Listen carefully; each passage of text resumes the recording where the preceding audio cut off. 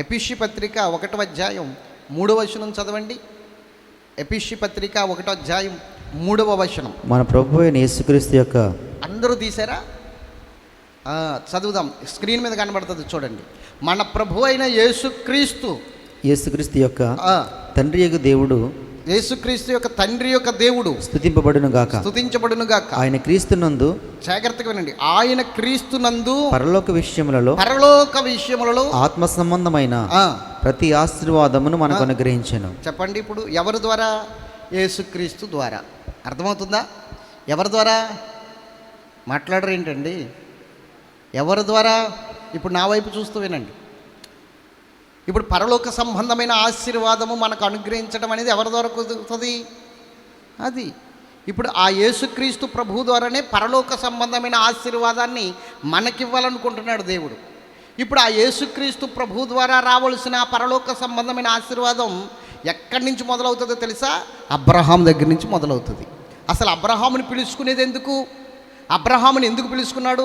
నిన్ను నిశ్చయముగా ఆశీర్వదిస్తాను, నిశ్చయముగా విస్తరింపచేస్తానని చెప్పి తన మీద ఒట్టు పెట్టుకుని మరీ పిలుచుకున్నాడంటే అసలు కారణం ఏమిటి? తన మీదే ఒట్టు పెట్టుకుని ప్రమాణం చేసుకుని, తన నామంలో ప్రమాణం చేసుకుని అబ్రహాముని పిలుచుకున్నాడంటే అసలు అర్థం ఏమిటి అంటే, ఆదికాండం 3:15లో ఒక మాట ఉంది. దేవునికి స్తోత్రం చెప్పాలి. నీ సంతానమునకును స్త్రీ సంతానమునకును వైరము కలగజేసేదను. స్తోత్రం చెప్పాలి గట్టిగా. నీ సంతానమునకును స్త్రీ సంతానమునకును వైరము కలగజేస్తాను. అది నిన్ను తల మీద కొట్టును, నువ్వు దాన్ని మెడిమె మీద పుట్టెదవు. స్తోత్రం చెప్పాలి గట్టిగా. అర్థమైందా? ఇప్పుడు మనం అర్థం చేసుకోవాల్సిన విషయం జాగ్రత్తగా వినండి. ఆ వాక్యానికి అబ్రహాముని పిలుచుకోవడానికి అసలు సంబంధం ఏమిటి?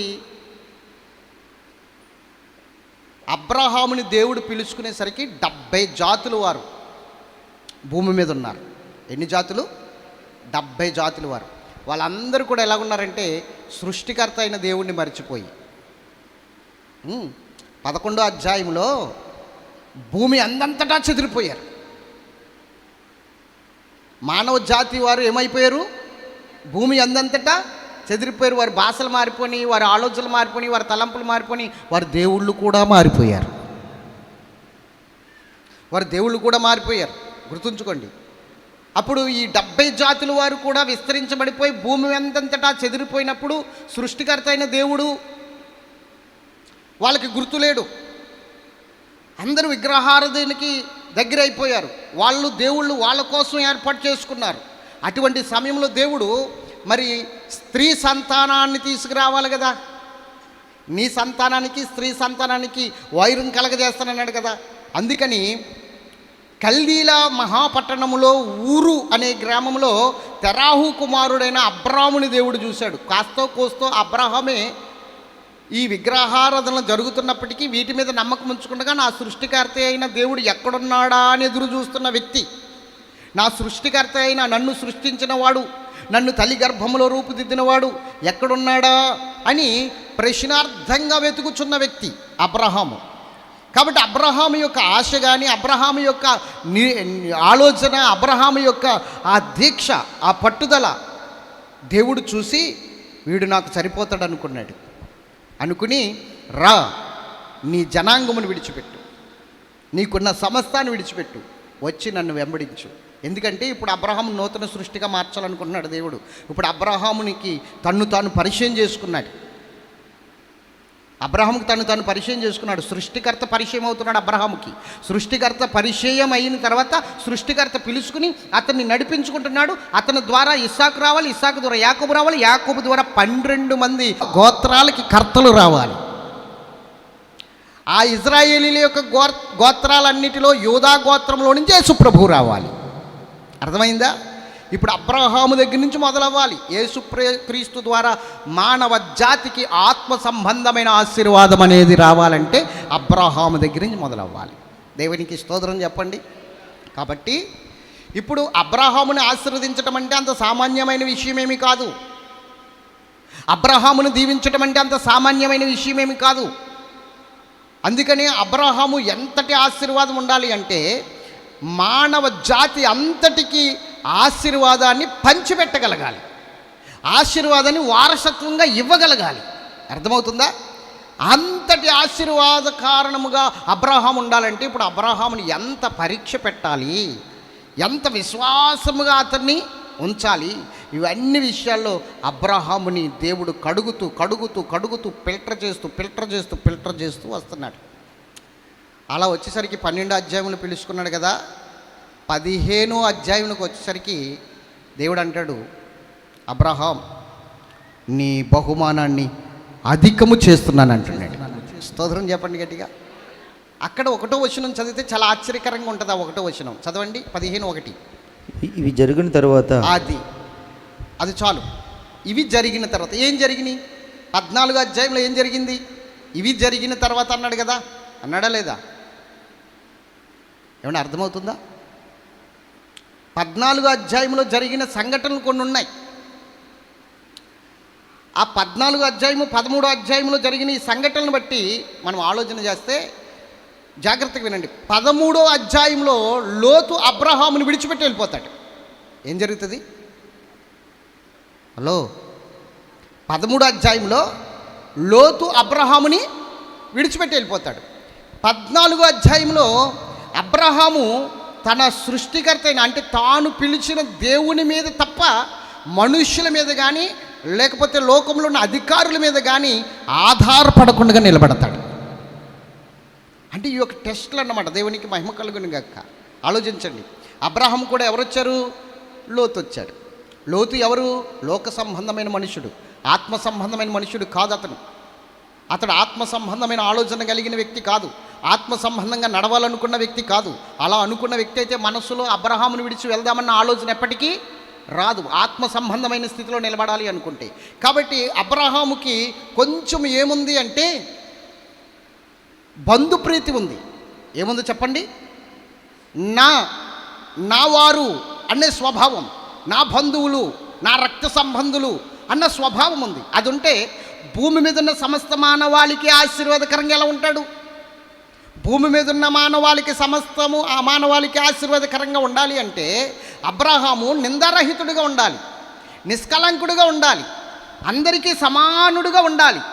నాది, నేను, నా వారు అన్న భేదం అక్కడ ఉండకూడదు. అలా ఉంటే భూమి మీద ఉన్న సమస్త మానవాళికి ఆశీర్వాదం అనేది అతని ద్వారా ఇవ్వడం అంత న్యాయమైనది కాదు. అందుకని దేవుడు ఏం చేశాడంటే లోతు తన నుండి వేరయ్యేంత వరకు అబ్రహాం దగ్గర మౌనంగా ఉండిపోయాడు. దేవుడు మాట్లాడట్లేదు, మౌనంగా ఉన్నాడు. స్తోత్రం చెప్పాలా? హల్లెలూయా. అబ్రహాము ఎప్పుడైతే, జాగ్రత్తగా వినాలి, లోతు విడిచిపెట్టి వెళ్ళాడో అప్పుడు అబ్రహాంతో దేవుడు మాట్లాడాడు. ఏమని మాట్లాడాడు తెలుసా? అబ్రహాం, కన్నులెత్తి చూడు, చుట్టూ చూడు, నువ్వు ఎంత లెక్క చూస్తున్నావో ఈ 4 దిశలు నీ సంతానం వారికి అది వారసత్వంగా ఆస్తిగా ఇవ్వబోతున్నాను అన్నాడు. వాగ్దాన భూమిగా ఇవ్వబోతున్నాను దాన్ని అన్నాడు. నువ్వు కన్నులెత్తి చూడు, ఎంత లెక్క చూస్తావో చూడు, ఎంత లెక్క కావాలనుకుంటావో కావాలనుకో, నీకు ఇస్తాను అన్నాడు. అప్పటి వరకు ఎందుకు మాట్లాడలేదు దేవుడు? లోతు అనే ఒక వెలితి అబ్రహాములో ఉండిపోయింది. ఈరోజు నువ్వు ఆశీర్వదించబడాలని దేవుని సన్నిధికి వస్తున్నావు, దీవించబడాలని దేవుని సన్నిధికి వస్తున్నావు. ఒక విషయం గుర్తుంచుకో, ఆశీర్వాదము, దీవెన అనేది ఈ లోక సంబంధం అనేది నీకు అందుతుంది, కానీ తృప్తినివ్వట్లేదు. నీకు ఇస్తుందా? చెప్పాలి. తృప్తిని ఇస్తుందా? నీకు దేవుడు సమృద్ధిగా ఇస్తే ఆరోగ్యం ఉండట్లేదు, ఆరోగ్యం ఇస్తే తినడానికి ఉండట్లేదు, అన్నీ ఇస్తే ఉండడానికి ఉండట్లేదు. ఇలాంటి పరిస్థితుల్లో ఏదో ఒక అసంతృప్తే నీ జీవితాన్ని పాడు చేస్తూ ఉంది, బెంగలోనికి నడిపిస్తుంది, బాధలోనికి నిన్ను దిగజార్చేస్తూ ఉంది. అలాంటి పరిస్థితుల్లో దేవుడు మాట్లాడుతున్నాడు, అసలైన ఆశీర్వాదము కొరకు నువ్వు ఎదురు చూస్తే ఈ లోక సంబంధమైనవన్నీ నీ కాళ్ళ దగ్గరికి పడి ఉంటాయి. అది లోటు ఉండవు, వెళుతుండదు. అసలైన ఆశీర్వాదం కొరకు చూడాలి. అబ్రహాము లోతుని ఎప్పుడైతే విడిచిపెట్టాడో, తన దగ్గర నుంచి ఎప్పుడైతే లోతుని పంపేశాడో అప్పుడు దేవుడు వాగ్దానాలు విడుదలవుతున్నాయి అబ్రహాముకి. 13వ అధ్యాయంలో జరిగింది అది. 14వ అధ్యాయంలో ఏం చేస్తాడో తెలుసా? సొదొమ రాజు మనుషులు నాకు ఇచ్చి, సొదొమ రాజు అంటున్నాడు, సొదొమ రాజు, సోదొమ పట్టణానికి సంబంధించిన రాజు అంటున్నాడు, మనుష్యులను నాకు ఇచ్చి ఆస్తిని నీవే తీసుకునమని అబ్రాహాముతో చెప్పగా అబ్రాహాము నేనే అబ్రాహామును ధనవంతునిగా చేసితినని నువ్వు చెప్పకున్నట్లు ఒక నూలు పోగైనను చెప్పుల వారైనను నీ వాటిలో ఏదైనను తీసుకొనని ఆకాశమునకు భూమికిని సృష్టికర్తయ్యను సర్వోన్నతుడును దేవుడునైనా యెహోవా ఎదుట నా చెయ్యి ఎత్తి ప్రమాణము చేసి ఉన్నాను. దేవునికి మహిమ కలుగును గాక. ఎవరి ఎదుటి ప్రమాణం చేశాడు? ఇప్పుడు ఈ మాటలు జాగ్రత్తగా వినండి. అబ్రహాము సొదొమ రాజు దగ్గరికి చెరపట్టబడిన మనుషుల్ని ఆస్తుల్ని పట్టుకుని వచ్చాడు. సొదొమ రాజుకి అప్పగించాడు. అప్పుడు సొదొమ రాజు ఏమంటున్నాడంటే, మనుషుల్ని నాకు ఇచ్చి ఆస్తులు నువ్వు పట్టుకుపో, ఎందుకంటే నువ్వు యుద్ధం చేసి వీళ్ళందరినీ రక్షించావు కాబట్టి, వీళ్ళందరినీ కాపాడావు కాబట్టి అబ్రహాము ఆస్తి నీకు ఇచ్చేస్తున్నాను, ఆస్తి నువ్వు పట్టుకుపో, ధనవంతుడుగా బ్రతుకు అని సొదొమ రాజు చెప్పాడు.